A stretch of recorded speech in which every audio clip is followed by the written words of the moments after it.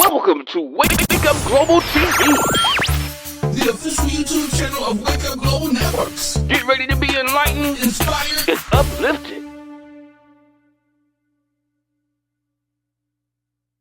Wash Pro Clean Team, your locally owned and operated residential and commercial company. We offer flexibility with your cleaning frequency with an unmatched quality of service. We truly bring the clean to you. For service, call or text 410-261-0781. Welcome to the Voice Over Now podcast. I'm your host, D. Foster 3. I am CEO and president of Wake Up Global Networks and CEO of D3 Consultants. You know the spiel at the beginning. I want you to like. I want you to like it. I want you to like it.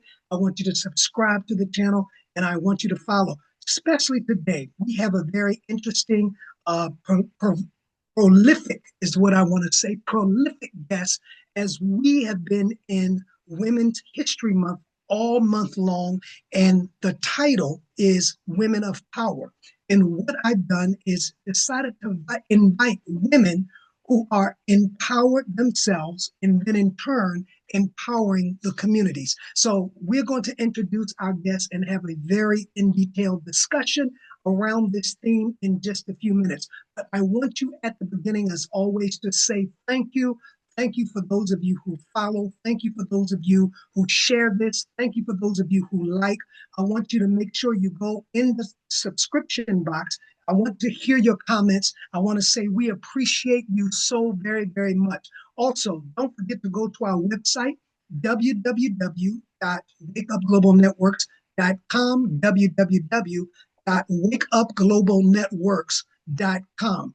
By way of announcement, and many of you, and I don't have time today to go into the backstory. I do kind of a promo where I go into the backstory, but I just wanted to announce, and you'll be hearing more information on this platform and others, that beginning April the 2nd, that's traditionally Holy Week, the week of Holy Week that Christians all across the world celebrate, the day before Good Friday. That Thursday at 7 p.m., we will begin our weekly Bible study. And I give all of the information there. So many of you, and let me not exaggerate, many of you have been asking, when are we going to start a Bible study or start some kind of assembly? But God specifically instructed us. And I go into how I really didn't want to do it. I had been there, done that, kind of that type of Jonah thing, go down to Tarshish, go down to Joppa, but you go on to Tarshish and all of this, and you go through.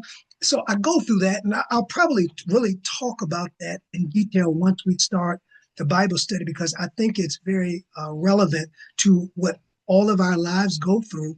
And we end up understanding that unless and until we obey the will of God for our life, that pretty much nothing will work, very few things will prosper, and we'll end up, as it were, at that proverbial bottom of the belly of the well, causing havoc, being in places that we should not be, spaces that God just did not prepare us for. So, having said all that, I am commissioned, I am commanded to begin this. It will be weekly at 7 p.m. Thursday, beginning Holy Thursday.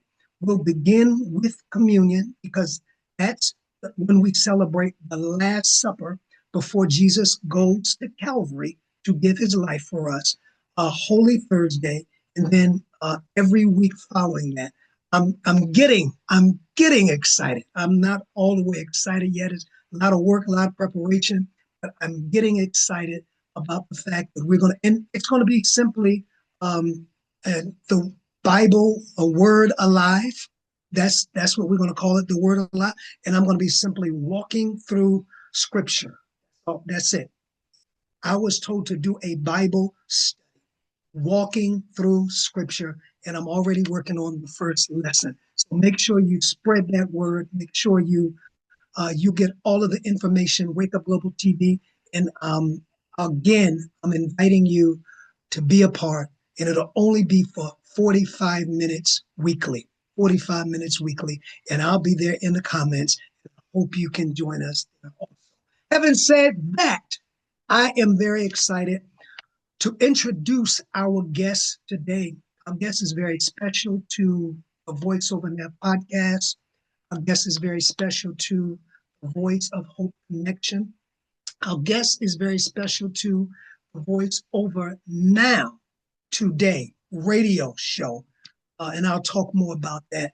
And our guest is very special in the formation of us being a part of this social media streets and being a part of this internet space.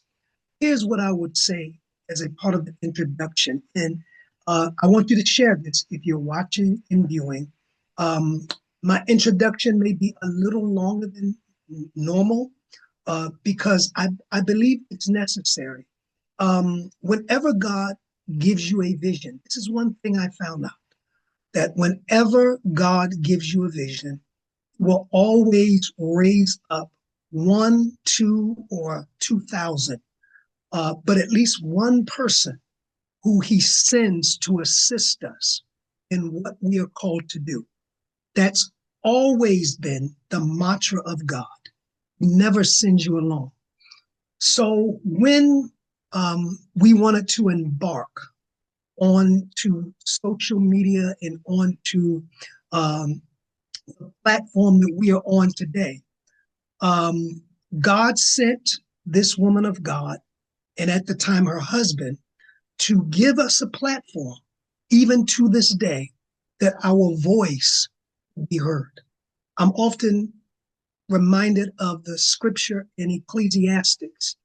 There was a poor, rich man, but because he was poor, his voice would not be heard. You can have a message, but if your voice is not heard, what good is your message? So God has given us a message, but we needed a platform. And by divine providence, I want you to listen, because everything I say is not just telling a story. It's hopefully help you locate where you are and at different intervals in your life when things happen or they don't happen. God, by divine providence, connected us with April J.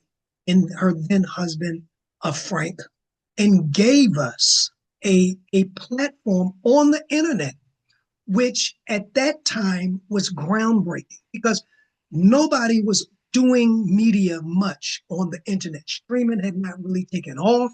And I had been on radio, but I was not familiar of how to navigate the internet streets. But anyway, so God connected me to them and gave me a platform. And I began learning and I began training of how to navigate the internet and how to promote your show. And that was the difference between the radio and the internet. On the internet, I found out that you had to promote your show. You had to believe in yourself. You had to push your own content. You had to promote. You had, and on radio, you had people to promote that and do that for you. So all of this was new, and I'm getting to a point. And so I took a sabbatical several years ago, just when I came out of what I thought would be full-time ministry, but God had other plans. And so I kind of just took a sabbatical, kind of resting, thinking in my mind what I was going to do next. I researched, as you know, about 3 years ago in March, and I called this woman of God that is our guest, and I said, do you still have WPB Media? And she responded, yes. I said, great. It's time for me, my voice to be heard. I have some things to say. I want to resurrect the voiceover radio show, because that's what it was called. She said, Bishop, I'm not doing radio as much, but I'm into something else. She said, I'm doing podcasts now. Would you be interested in doing a podcast? I said, yes, with your leadership, because again, this is her calling. This is her calling. And to bring us up to speed, that was 3 years ago. And she promoted us, advised us, even until now, carried us until we could kind of walk on our own, and uh, went through the phase of being able to develop Wake Up Global TV as a pattern and a model of what I had seen and experienced on WPB Media, and was very transparent several years ago when we were talking. Said, one of my goals is I want to one day be able to do media, uh, developing media company, developing media network. Their answer for anything I've always said has been, sure, Bishop, no problem. That's her exact words. Sure, no problem. And so I had to say that, because when you talk about women of power, and I know it's long, but I told y'all it was going to be long. I meant for it to be long. I meant for it to be long. We got to honor people, not like Reverend Jesse Jackson, 5 hours when they dead and can't hear nothing. 5-hour funeral. He don't know nothing. Well, anyway, so I'm getting mine out the way now. This is when you say it. Well, anyway, I'll talk later about that. 5 hours. They were good, because I would have been waving my key. And that was the fifth one. That wasn't the first one. That was 1, 2, 3, 4, 5. 1, 2, 3, 4, 5. Now, he probably through the gates on the other side, and they still hear bless his family. I understand. But at some point, we've got to turn people, like the theme, run, Jesse, run, rest, Jesse, rest. Rest. And all over the United States. And it's time for him to rest. Y'all understand what I'm saying? So I ain't gonna wait. Not that she's going to wait no time soon. I ain't gonna wait for no 5-hour funeral when she can't hear the words. I'm gonna give April J my flowers now. And probably every time you see me on her set or she is on this set, you're going to hear the same story, because gratitude does not go cold. It is my honor and my privilege today to have on the Voice Over Now podcast. And when we researched, I said, let's call it the voiceover, but now the new and improved voiceover that started on her platform and remains on her platform, WPBmedianetworks.com. It is my privilege to introduce to some and present to others this woman of literal power and empowerment, April J. Welcome to the Voice Over Now podcast. Thank you, Bishop. I really appreciate it. I really, really do. I'm humbled.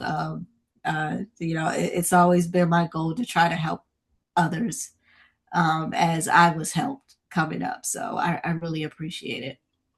I appreciate you so very much. And you will always be a part of my social media and my media development, because I believe that God sent you into, one of the reasons God sent you into my life, to help me and to be that source of counsel and wisdom. I want to say thank you, thank you, thank you. Before we get started, just give a little bit about yourself, introduce yourself to the Voice Over Now family, and then we'll carry on our conversation. Okay. Wow. I I got started into this media thing because a lot of people don't know I've been in real estate for probably about almost 30 years. Still in real estate, still in, consulting. Now I was in government, but, now in consulting. But I started getting into media because of my ex-husband. He was in media.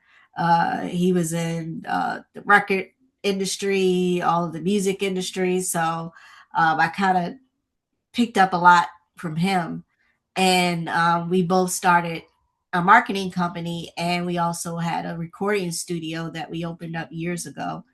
And while we were doing all that, I kind of got the fascination with radio. And I sat down with him and I said, I said, I want to do radio. And he just kind of looked at me and he was just like, well, I don't, we don't, I was just like, no, I'm fascinated by this internet type of radio because I heard about it. And I said, and that's what I want to kind of research and get into. So he was just like, okay. So we were on, I think it was 22nd Street. We had a whole, pretty much a whole floor. And it was like a recording studio where a lot of recording artists, even members of the Wu-Tang Clan, also recorded there. So we had a lot of artists that came through and recorded there. And then on the other side, we had our marketing. And then on a little desk in the corner, we had a computer with a microphone. And that's where I literally started just researching and getting into streaming and building websites. Like I had no clue of any of this. So I had to sit down and research and really go through stuff and go through, things working, not working. And finally, I was able to develop a platform for internet radio and also building out a website for me to bring it through. Um, and our first on-air talent was Jeff the Jammer Daniels, and he was on Magic 95.9. But he was curious one day, and he came in, and I said, "Hey, Jammer, won't you test the waters?" And he got on there and just took off. And I was amazed by the amount of people that logged on just to hear him. So as we transitioned to a bigger space on Charles Street, we expanded the radio station, still had our marketing company, and I decided I wanted to start my own show called Women's Talk. And at the time, my co-host at the time, B. West, she started that show with me. And we had a young lady, a woman on there. I can't remember her name, but she was a woman living with AIDS. And she was telling us about her journey and how she was still here after contracting the virus. And that show was 2 hours. But within that 2 hours, our listenership just went through the roof. And I was just like, oh, wow, I guess we got something. So, as time went on, we expanded, ended up on Security Boulevard where we added WPB Gospel. And then we also had a pop station. And then we also started getting into TV. So from there, we just kind of built everything out. And we would have workshops. And the one thing I would always say is that, we are responsible for what goes out in the community. So yeah, we can have fun and, joke and all stuff. I said, but the information we put out there has to help our community, has to give information. It has to be something that you have thoroughly researched. And what you're saying is, it's not what you're thinking. Of course, you have your opinion, but our main purpose was to give information and to uplift our communities. And even, kind of getting into it, I had a mentor. I had a guy who helped me kind of, get into that world and learn more about it. So, it's always been a goal of mine to not only just benefit me, but benefit others. And there's a lot of folks that were on air, on the radio, and went on to bigger and better things. And to me, I'm happy that I was able to at least contribute to that. And just happy and proud of folks that were able to use this platform in order to advance into other things. So So for me, it's something that I love to do, and always love to do and continue. I mean, I can sit hours and just do this stuff. So it's been an honor. It really has to even last going on 14 years. So yeah, it's been a long time. So yeah, it's been definitely a long journey, but it's been worth it. It's definitely been worth it. Wow. And you know what's interesting as I hear you talk, I've been there for some of that story, especially WPB gospel. Every Sunday, once you started the gospel station, I was like, I please have an opportunity to do a Sunday morning show as people on their way to church. And then you and your husband at the time, Frank, allowed us to step into that platform. Mhm. We were on, by that time, I think you had moved to Security Boulevard Mhm. and was pastoring right up the street. So it was very, like I said, strategic and convenient for us to do the Sunday morning show and then go right to church. And it was all of those experiences helped to bring us to this point today. And that's why I will always be grateful for you and your platform for giving us the opportunity. And I specifically live by, I want you to know, when you would have those meetings upstairs with all of the hosts and share what was on your heart and how we should be coming forth over the air. To this day, to this day, if I cannot give factual educational content, just won't do a show. And that was part of what was drilled in me. At yes, have fun, which you know I'm gonna do when we're gonna laugh and joke. But at the end of the day, there has to be a moral to the story, something that people can take and learn and grow. And then there has to be the educational factor. And I think that that is what WPB Media really is about. And that has been pronounced over and over again. So those words didn't fall on stony ground. There are a lot of things I could do stories on, you know, because I think the internet has been kind of sensationalized. Clicks and views, which I think everybody wants clicks, everybody wants views, but not at the expense of ignorance. I always say, not at the expense of ignorance. This is the month of March is considered National Women's Month. Uh, and I wanted to ask you, our theme is women of power. And I recognize you as a woman of power and a woman of empowerment. So it was in 1965, the Voting Rights Acts, when women first got the right to vote. That was a milestone in this country. When it when you think about Women's History Month, Minister, how much progress do you think that women have made since the voting rights, when women were actually allowed to vote? Has progress been made? I know we have a ways to go, but what is your take on where women have come from since that? Mhm. I think women have come a long way. Um, I definitely think that there still are some, some ceilings that people try to keep us at. But I think that today women are um, able to own businesses. We're able to get things on our own. We're able to have credit. We're able to even have our own money.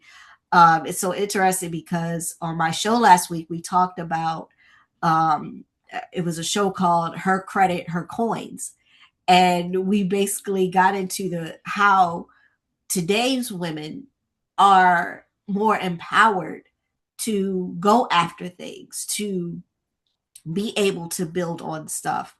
Even like with the platform I had, even though I started it with my ex-husband, as time went on, I had to be the person who had to really build it to where it is now. Figure out what worked, what didn't.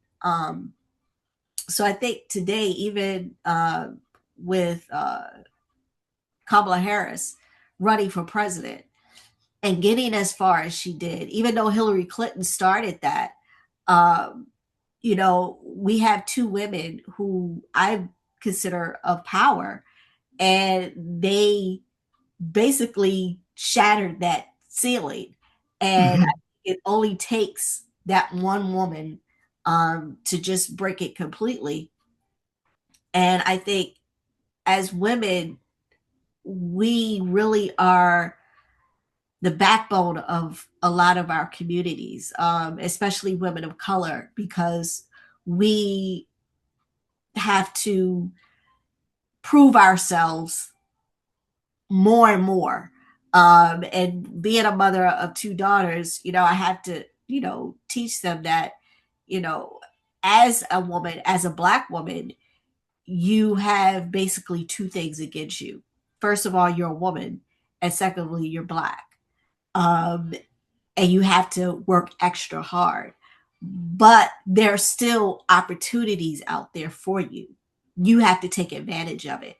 Nothing's going to just be handed to you in your lap. You have to work hard for it. And that's something that my mother and my grandmother, who worked hard all their lives just so that their, their children could be more and beyond. And even now, like I want my kids to go even further than me. So, I make the sacrifices. And I think that that's something that women of generations, we make those sacrifices. Um, Even like, my grandmother, she cleaned houses just so that her kids can go to college and have an education. And even my mom, she worked three jobs just so that I could get to where I am right now. So, and now I'm pushing my daughters to go further. So I think we're that pusher of society. And I just think we have much longer to go, but we have come a long way. Shout out to your mom, Pastor Maple Hall. I appreciate her. Shout out to her. Um, Tremendous woman of God, woman and then woman of God. Where does I know from having a mom, grandmothers, aunts, women are very powerful. Where does a woman's power lie? Hmm. um, wow. It's interesting because I grew up a lot around my grandmother, and for her power lied in her peace. So she was able to have peace about things. She would often, she said, her way of just kind of thinking and kind of grounding herself is she would sing, and she had like a lot of plants, which I inherited, but she would she would sing, and she would take care, she would do her gardening. And she said that was her moment where she would have her one-on-one with God, as she would say. She said that's where she would have her conversations.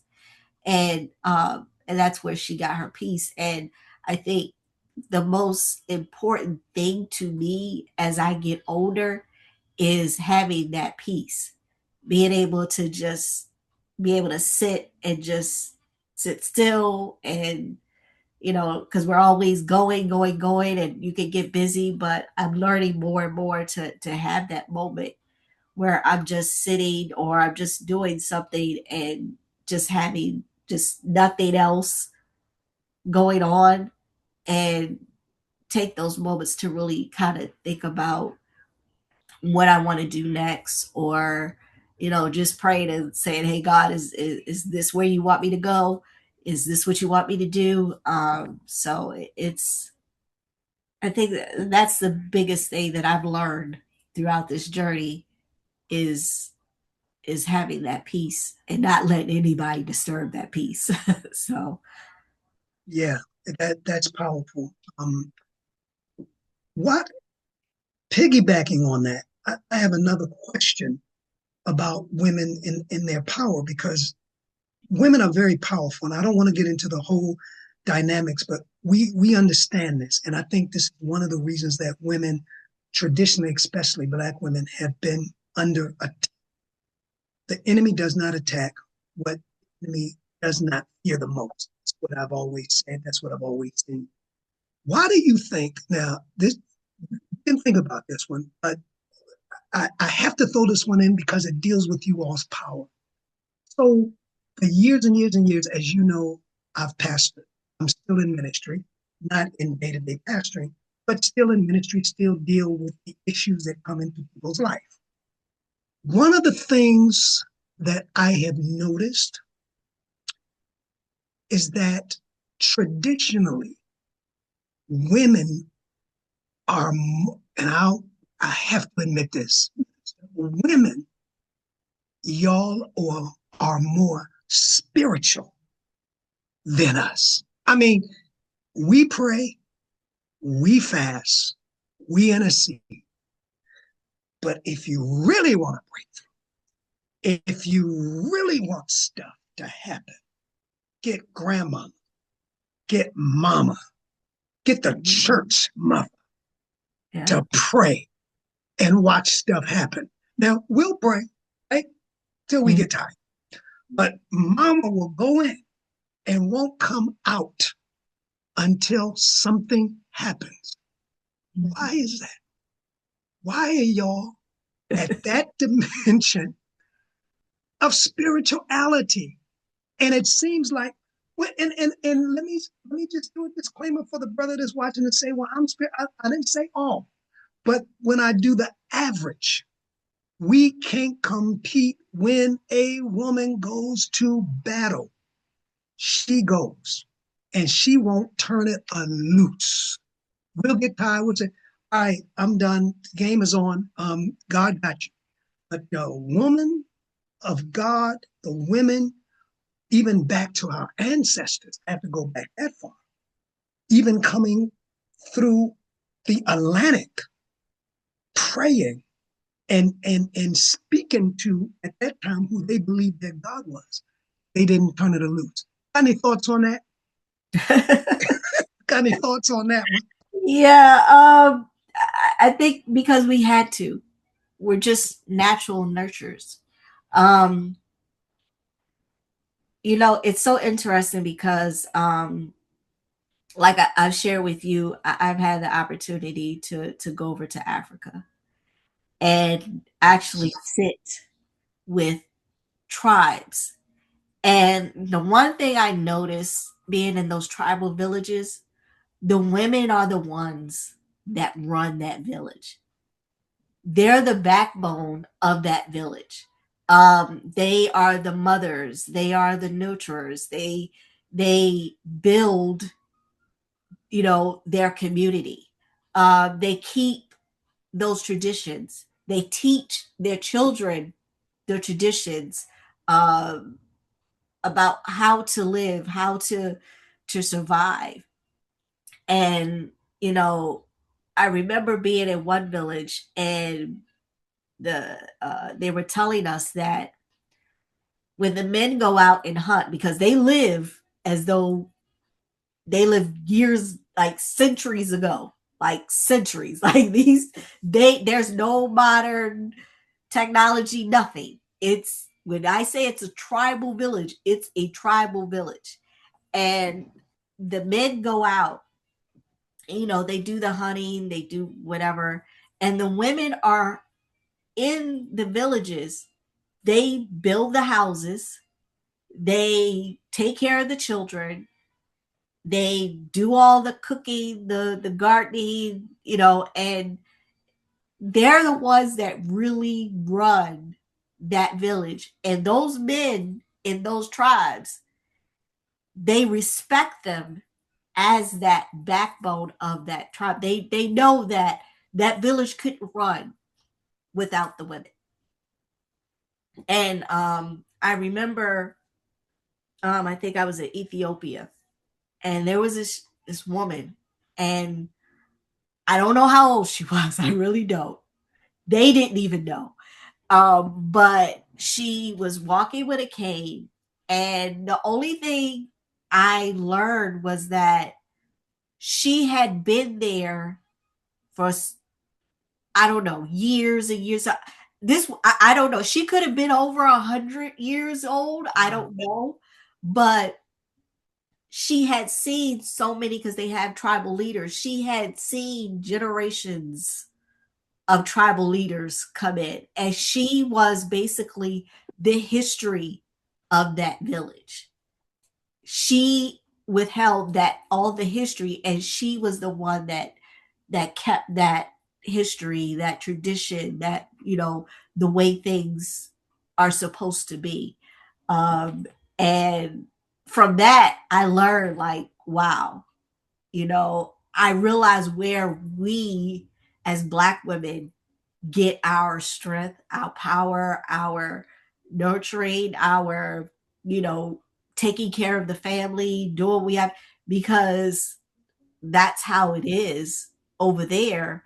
And nothing has changed since, from way back then to now.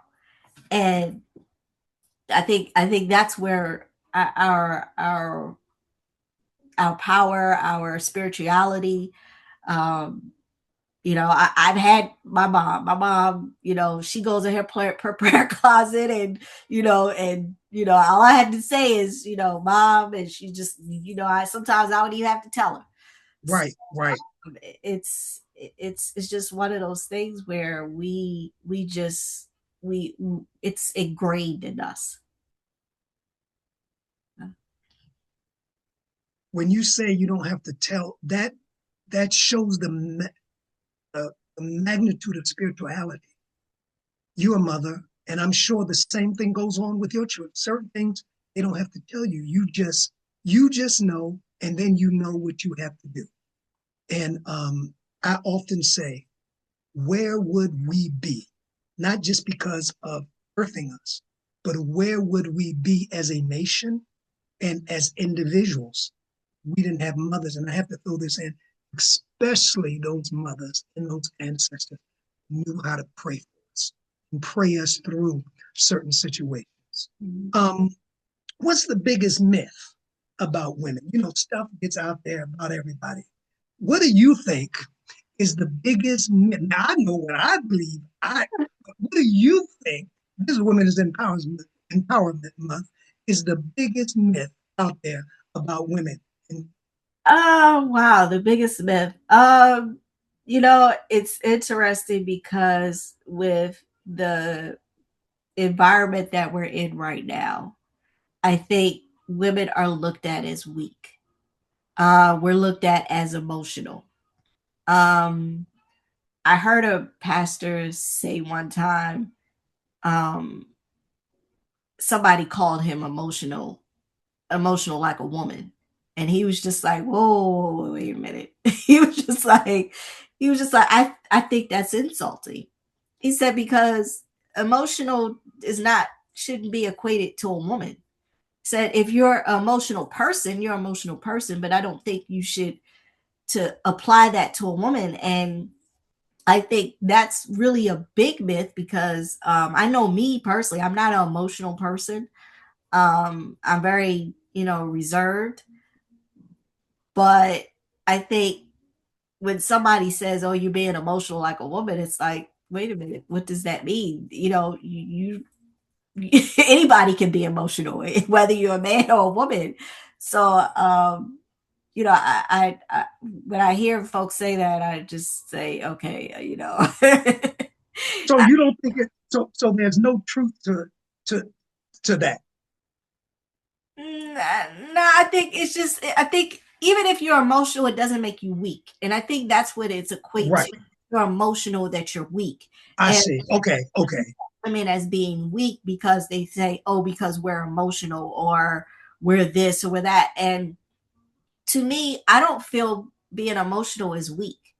I feel like you can express yourself in many ways, and many people express themselves in many ways.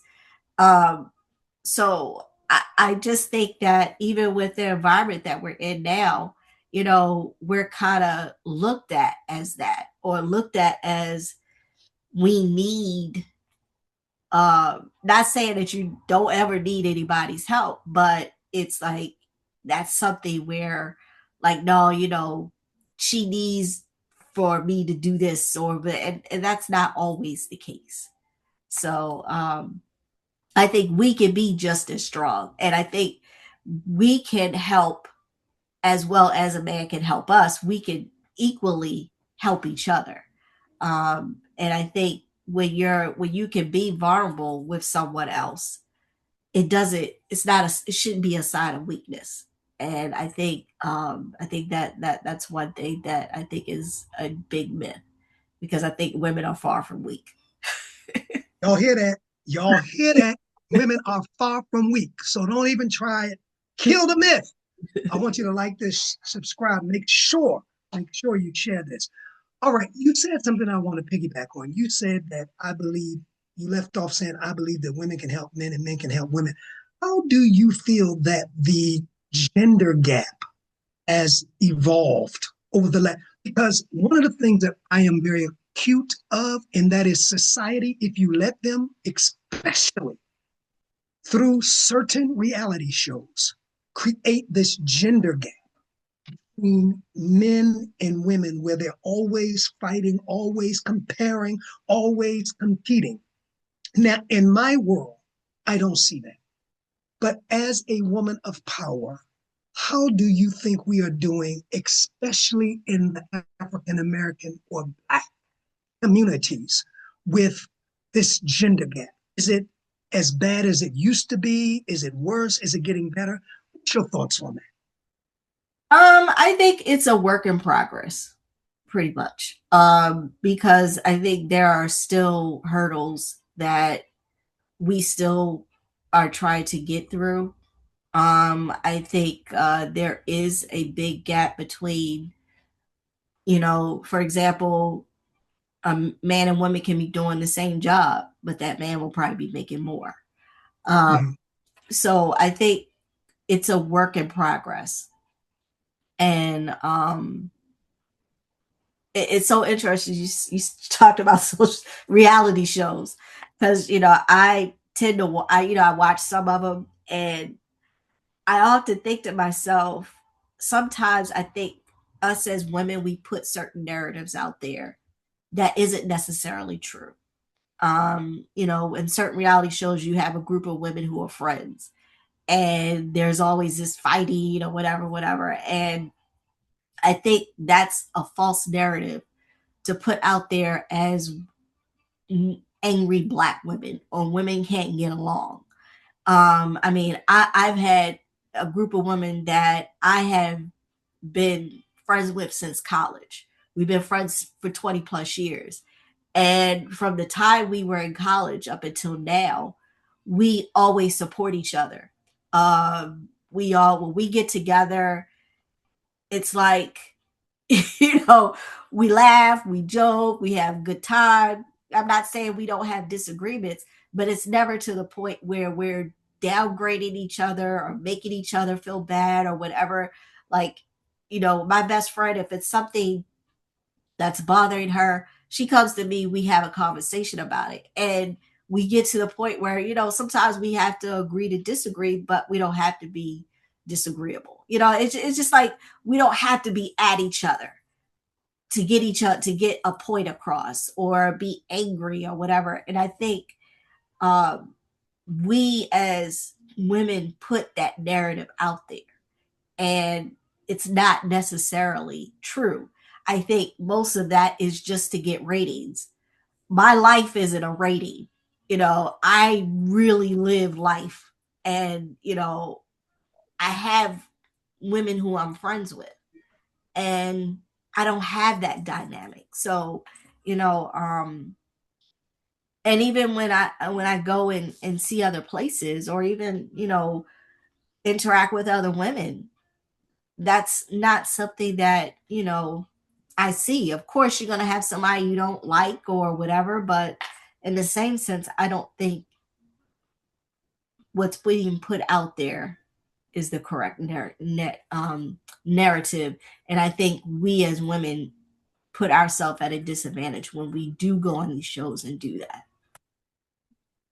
I agree. And now let me put disclaimer out. This is not April J. This is me. I think if you want your life, your marriage, or your relationship ruined, for the most part, I think if you want your reputation tarnished on a reality show. And I'm only saying that from what I have seen. I've seen healthy relationships, kind of going off topic, but it's not, destroyed. And people said they would never go on a reality. Yeah. Because it puts your whole life, and I am from this school. It's just certain things, whether they're true or not, is nobody else's business. That's where I am. Whether it's true or not, not the world's business. Now, do I believe there can be a healthy reality show? I do, but it cannot be ratings, as you said, driven. It cannot be monetarily driven, so you probably won't get the kind of sponsors that you need. I mean, so all of that goes into that. But I'm with you. I don't believe. I do know women who have healthy relationships who, like you said, disagree. As a matter of fact, I think you are one of the most emotionalist females that I know. Now, what do I mean by that? I've seen you in situations, or how can I say this, where you are calm and cool, not saying that you're not bothered by a lot of stuff, but to be explosive and just hit 10 unlimited, I can't say I've ever seen that. That doesn't mean you've been happy with everything. So I don't think the narrative, as you said, is played out correctly. I'm with you. It's ratings. As we bring this to a close for now, because we got to have you back, we've been promising to talk about your trip to Africa. We have to get into that. And we have to get more into your story. But as you know, I know people's attention nowadays. I don't like to hold people long because there are a lot of options out there. Yeah. I wanted to ask you this because we got to talk about where your shows are and how people can reach and all that. What woman do you admire the most, and why? Wow. I mean, for me, it's two, but the first one I would have to say is my grandmother, because my grandmother, she had been through so much in her life, but she never let it affect her as a person. It never stopped her from loving people, treating people with respect. I would often sit down and talk with her. And I remember one time when I was sitting in her room and she had a picture of her mother. And I asked her, I said, "Who is that woman?" And she said, "That's my mom." And I was just like, "Oh," and now granted, her mom didn't raise her. Her aunt and uncle did. And I said, "Oh, is that?" She was just like, "No." And I was confused. And I was just like, because I always thought that, who she called grandmama and grandpapa was her parents. And she said, no. She said, when I was born, she said, her father didn't want a girl.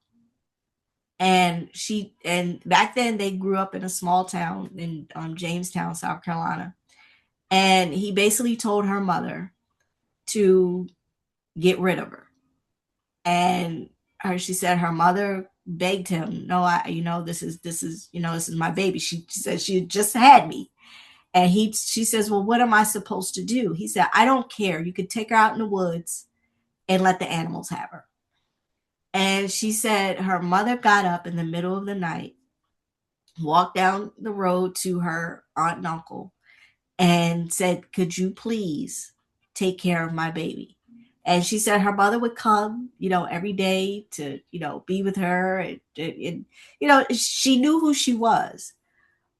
But then she told me something that, really kind of made me realize that, how I felt, how my grandmother really was. She said years later, her real father got really, really sick. And she went down to South Carolina, and he couldn't do anything for himself, and she basically took care of him, did everything for him. And she said that on his deathbed, he said to her, "I apologize." And she told him, she said, "You know what?" She said, "I forgave you long before now." She said, "Because the forgiveness was for me to move on and to be the wife and mother that I needed to be." She said, "So what you did for me, you gave, getting rid of me or whatever." She said, "But I still grew up with two people that loved me, that brought me up and taught me how to love others." She said, "So I hold no ill will for you." She said, "And I don't hate you." She said, at the end, she said, "You are my father, and I love you and give you the respect." And for me, I was just like, I told her, I was just like, "Really?" I said, "After he tried to give you away and throw you to the wolves?" She was like, "You really?" And she said, "But it wasn't about him."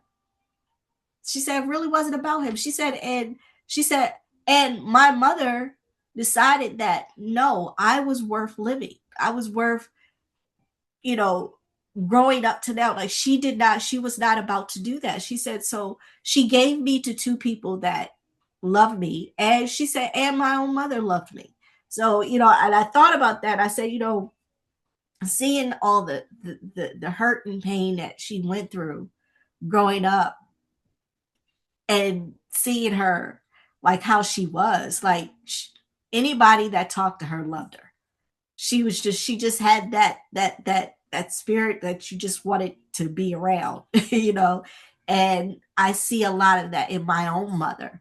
My own mom has been through stuff. I've seen her go through a whole lot of stuff. I've seen her strength, even, in periods where, at one time me and her were homeless, but she never gave up. She always continued to fight and push through. So I think a lot of who I am today is because of them too. So those two are the women that I really most admire in my life. Women of power produced a woman of power, April J.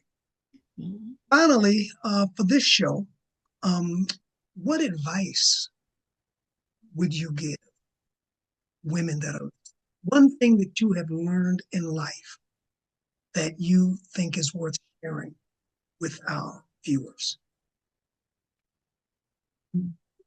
The biggest thing I think I've learned in life was not losing who I am.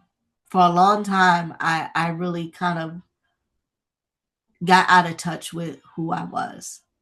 And once I was able to really sit down and realize who April was, I wasn't just somebody's mother or somebody's ex-wife or wife or this, that, and other, or daughter or son. I mean, I was my own person.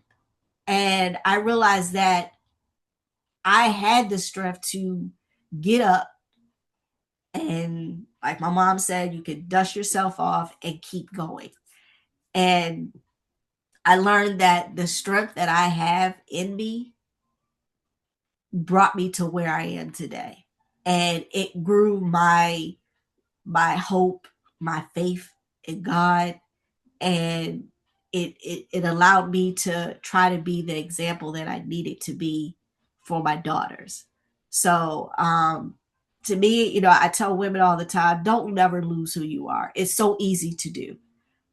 You know, even going through a marriage and a divorce, that was one of the biggest takeaways was that I was just like, wow, you know, after my divorce, I didn't know I didn't know what to do. I just kind of sat and was just like, I don't know what else to do because for so long I was somebody's wife and somebody's mother. And I had to basically reintroduce myself to me. Mm. And once I did that and just realized that, okay, you know, this is who April is. And I said from that point on, I was not going to be in a situation where I lose who I was as a person. And I think that speaks to us as well. I know it speaks to me, but it's another story for another. Um, Please give out your information. You have your talk show that's going across the nation now. You have social media websites. You have um, Instagram accounts. Please give out all. Feel free. It'll appear on the screen, but please give out that information. Yeah, I mean, my main platform is WPB medianetworks.com. That's where all the shows are housed. I also do a podcast with two other ladies, Sassy Scribe and KL Boogie. And that podcast airs every Tuesday morning at 1 a.m. And we also have, and then it also runs on YouTube at, no, I'm sorry, correction. It runs on YouTube at 1 a.m. on YouTube, Facebook, if you put WPB Media, it's all things WPB Media or Women's Talk Live. But yeah, it runs on YouTube at 1 a.m. in the morning. And then our podcast, where you can get it on Apple Podcasts, Google Play, wherever you podcast. It goes up at 5 a.m. And then we just recently started our TV show on CW in Miami, Florida, which I'm very excited about and happy about. Yes. We were on TV before, so we were in New Orleans and then Charlotte, and now we started in Miami. So and hopefully kind of grow from there. But I'm also, you know, putting together some documentaries from my travels to Africa and India. I do have one that's up from from Ethiopia. You can find that on my website, or you can go to YouTube, WPB Media Networks. Anything you put in WPB Media Networks, you'll find us on everything. Um, but yeah, I'm venturing into other things. I started into teaching, where I'm teaching about title and real estate, and I just started that, and that's up on Udemy. Um, so you can, you know, if you're into that and want to learn more about that, that's up now. But yeah, just hoping to do more documentaries. I'm working with a documentary right now with the two ladies that are on my talk show, and we're talking about men and women and their relationships with their parents, their mothers, their fathers, and we kind of share our stories, and we want to kind of, you know, talk about why there are relationships, and some of them are not good, some of them are good, but and we want to know how it shapes us as a community now. So we're getting into the mental health of the relationships between mother and daughter and mother and son and father and daughter, you know, just kind of, you know, kind of getting into that. So we're in the process of putting that together. Wow. And that was healing in our community, that topic there. Before we go, and again, I want to say thank you so much for joining us. We do have to get you back. 2 years we've been trying to talk to you about your trip, and it's been on me, but I'm back. But let me give you this. And when you said be true to who you are. When the Lord used to give me a word in strange settings, I used to say, there I go again. I'm not going to say that. But having come through what I've just come through, understanding how important obedience is, if God gives it to me, then I give it regardless of the state. I wanted to say when we were talking about reality shows and how misrepresentative they could be, especially in our communities, I see you creating a reality. When we were talking about that, I saw you putting together a group of people, create a healthy reality show, not a perfect, but a show where conflicts could arise, but healthy conflict resolution was brought about. And I don't know when it's going to happen, but I just see that the day is coming when Spirit will spark this urge in you to say, let's put together a reality show so that we can portray that we are still a tribe, even in the midst of disagreements. We don't see things. So I see that on the horizon for you. Well, I received that, Bishop. And you have what it takes to bring the network of people together, and you have the platform to get that show out.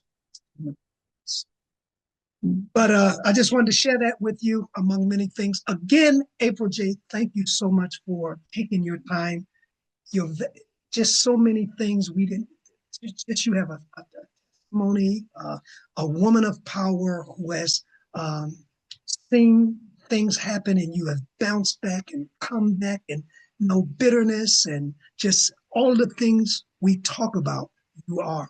And I want to say thank you for all the deposits and all the seeds and all of the advice and all the time and all the wisdom that you've placed into my life and into Wake Up Global Networks. We begin to formulate. I will always be grateful to you and your family for all the love and encouragement that you have shown me throughout my journey. I want to say thank you, thank you, thank you. No, thank you, Bishop. I appreciate you. Trust me, I do. I always appreciate your kind words and your wisdom. I really do. So I definitely appreciate it, Bishop. Thank you. And don't forget, go to her website. Information is on the bottom of the screen. Support our own. That's one thing I always say. If you have a message, and I qualify this, if you have a message, if you're willing to do the work to get the content, contact her. She has a platform. She has a voice. And I want you to support her. If you're looking to be trained in podcasting, radio, social media, reach out to people. On the behalf of Wake Up Global Networks and myself, until our next show, this is D. Foster 3 reminding you that you have a voice. Stay connected to it. Peace and bless.